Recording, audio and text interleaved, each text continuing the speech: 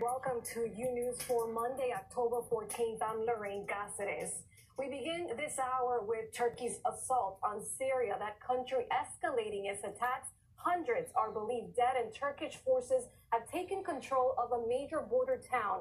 There's a lot going on, and it's a bit chaotic, so here's a breakdown of the very latest. President Trump has now ordered the remaining U.S. forces out of northern Syria. Syrian President Bashar al-Assad is sending his own troops to fight Turkish forces in a deal with Kurdish fighters. Meanwhile, President Trump is threatening Turkey with sanctions. Pablo Gato has the details from Washington, D.C. Pablo? To the presidency in peril, more testimony is expected this week in the impeachment inquiry. Today, Congress will interrogate Trump's former Russia advisor, while the president is calling for the impeachment of Nancy Pelosi and Adam Schiff, saying they are the ones who are lying. Here's a recap of the latest.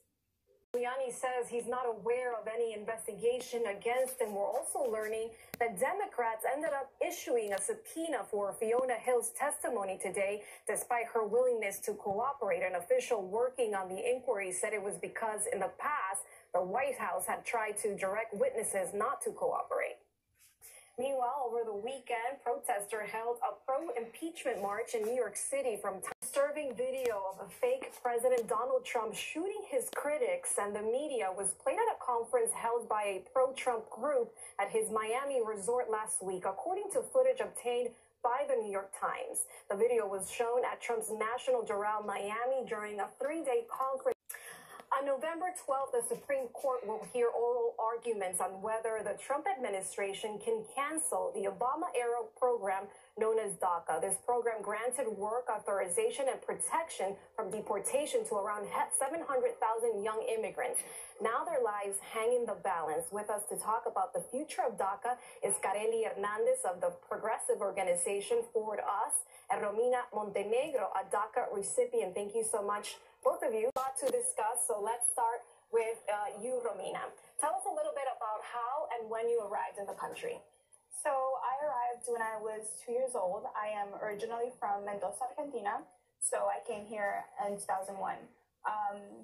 Since then, I have gotten DACA, and I've progressed with my life as I've grown older. Yeah, and Romina, staying with you, what was your life before and after getting DACA? What sort of things have you been able to do because you now are part of this program? So through DACA, I've been able to do things such as start college with in-state tuition. I've been able to get jobs that further my career as I am, again, in college. I want to know, three lower courts decided Trump had acted illegally in canceling DACA. What are the arguments that could sway the Supreme Court for or against it? Sure. So thank you for raising that. It's important to note that, yes, the lower courts have already determined that the program is legal and that the program is constitutional, and the way that Donald Trump ended the program was illegal. The president tweeted last week asking the Supreme Court to strike down DACA, of course. And the president has always tried to undermine the program and the legality of it, but with this tweet, I think he is specifically trying to confuse the Supreme Court.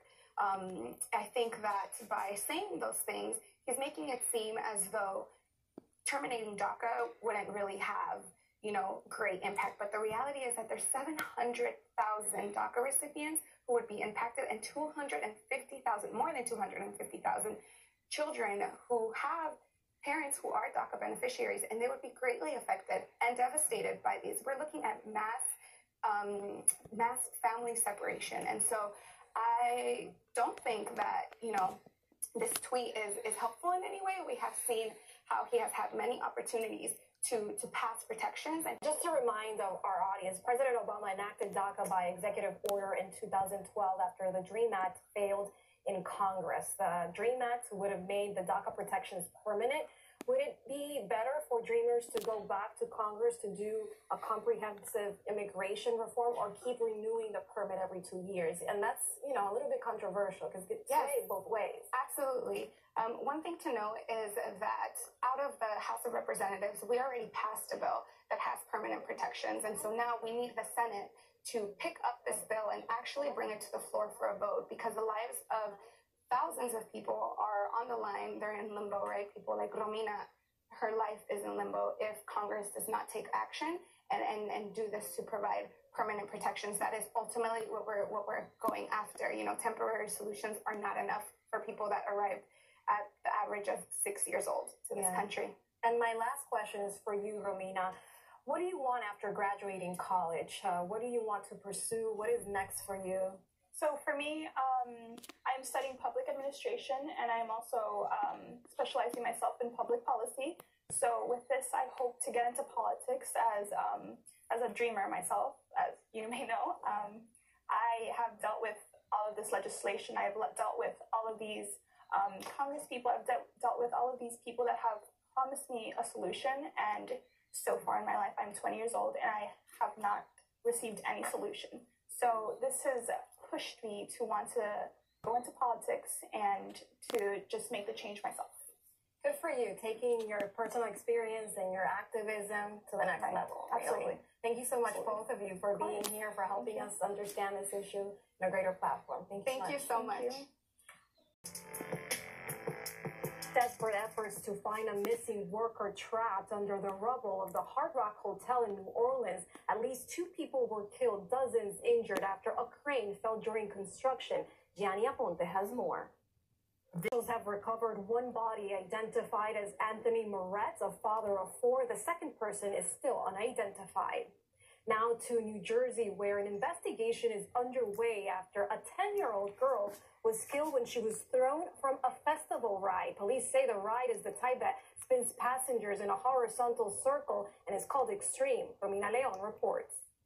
Turning now to immigration, President Donald Trump is looking to fill the top Department of Homeland Security spot for the 5th time after the resignation last week of acting DHS Chief McAleen and Kevin. President Trump has often bragged that his border wall is impenetrable, so folks in Kentucky decided to put it to the test, building a replica and holding a contest to see who could climb it. As David Romo explains, both experts and novice climbers are proving the president wrong.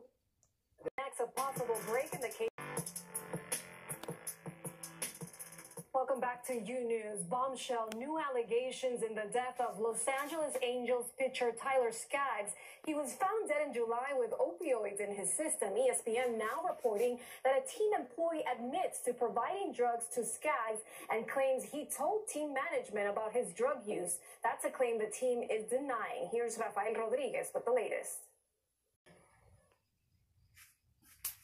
Person of interest into custody in the kidnapping of a 3-year-old girl who remains missing. An Amber Alert issued Saturday said Camille McKinney, that goes by the nickname of Cupcake, was in extreme danger. The Alabama law enforcement agency said a stranger in a dark SUV used candy to lure her away from her own birthday party. As expected, her parents are desperate, asking the public to help find her. In Mexico have broken up a caravan of around 2,000 migrants. The group had started out from southern Mexico Saturday, hoping to reach the United States. But as Malena Marchand tells us, it's becoming increasingly difficult obtaining permission to pass through Mexico. A sad situation, and staying on immigration, more than 20 unaccompanied minors return to Guatemala every week from Mexico, and thousands more are in Mexican territory waiting to take flights back to their homeland. Jorge Hernandez tells us the story of one group of children whose return home became a personal commitment for the country's president-elect. Declaring bankruptcy didn't give. As the climate crisis intensifies around the world, new faces and names are becoming prominent leaders in the fight for change, especially teenager Greta Thunberg. Xiomara Gonzalez Govea takes a look at her mission and how you can help be a part of the global climate momentum.